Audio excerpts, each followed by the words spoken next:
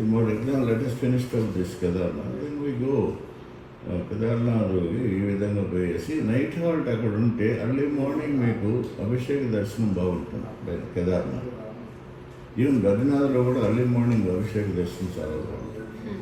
దానికి entry tickets ఉన్నాయి, దాన్ని ఆన్లైన్ చేసుకోవచ్చు.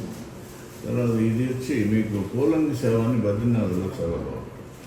అది నైట్ ఉంటుంది, ఈవినింగ్ చాలా బాగుంటుంది. మనకి మెయిన్లీ వచ్చి కేదార్నాథ్ కొంచెం టఫ్, కానీ otherwise all dhams easy. Yamunotri కూడా 6 కిలోమీటర్స్ వెరీ చాలా కొండ స్ట్రీట్గా ఉంటుంది. No doubt. నేను పోయించాను లాస్ట్ ఇయర్, నేను కూడా పోయించాను. యమునోత్రి నేను చాలా తక్కువగా పోయాను, బట్ లాస్ట్ ఇయర్ కూడా పోయించాను. కేదార్నాథ్ బద్రీనాథ్ ఎక్కువగా పోయాను.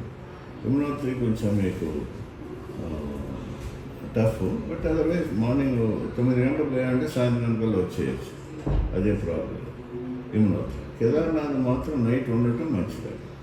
నెక్స్ట్ డే మార్నింగ్ అభిషేక దర్శనం చేసుకొని కిందకి వచ్చినామంటే సాయంత్రానికి వచ్చి మళ్ళీ కింద రెస్ట్ ఇస్తాం. అదంతా షెడ్యూల్డ్.